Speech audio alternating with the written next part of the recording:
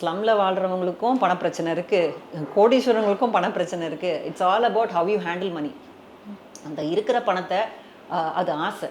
இருக்கிற அவங்க பக்கத்து வீட்ல வாங்கிட்டாங்களா, நானும் வாங்கணும்னா, என் சம்பளம் எவ்வளோ இருக்குன்றத நான் யோசிக்கணும். அது யோசிக்காம நான் வாங்கி வச்சுருவேன். வாங்கி வச்சுட்டு அப்புறம் லோல் பண்றது யாரு? அப்புறமா தலையெழுத்தேன்னு வேலைக்கு போறது. இல்லன்னா, அப்பதாங்க இந்த தப்பு தப்பான விஷயங்கள்லாம் உள்ள வரும். ஷார்ட் டேர்ம்ல நான் எப்படி பணத்த சம்பாதிக்கலாம் அப்படின்னு போட்டுட்டு, நாமளா ஒரு பிசினஸ் ஸ்டார்ட் பண்ணலாம். நம்ம ஷேர் ட்ரேடிங் இப்ப எல்லாரும் அந்த இன்ன ஒரு ஏதோ ஒரு மணி ஒண்ணு சொல்றாங்கல்ல.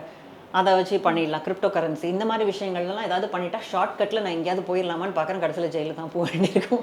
நிறைய பணத்தாசை பிடிச்சவங்க இந்த மாதிரி விஷயங்கள்ல போய் பார்த்தீங்கன்னா, ஒன்ஸ் சில நேரம் சூசைடில் கொண்டு போய் முடியலாம். அதான் இந்த மாதிரி விஷயங்கள் எல்லாமே அந்த டெட்லி சென்ஸில் வர்றது தான். ஸோ இதெல்லாம் வந்து இங்கே தான் கொண்டு போய் முடியும்.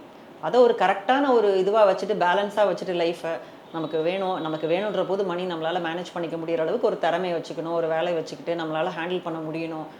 அது நம்மளை ஆட்டி வைக்க வேண்டாம். நம்ம வந்து தான் அதை வந்து வேணுமா வேணாமா நம்ம தான் ஸ்பெண்ட் பண்ணணும் இல்லையா. Money should not influence or control you. அந்த லெவலில் நம்ம மனசை எப்போவுமே வச்சுக்கணும். சொல்லுவாங்களே திமிரு ஆயிடுச்சுன்னா அதுக்கு மேலே போயிடும் நம்மளுக்குன்ற மாதிரி. அந்த ஈகோ எப்படி நம்மளை இது பண்ணுமோ, பணமும் நம்மளுக்கு கண்ணை மறைச்சிடும்.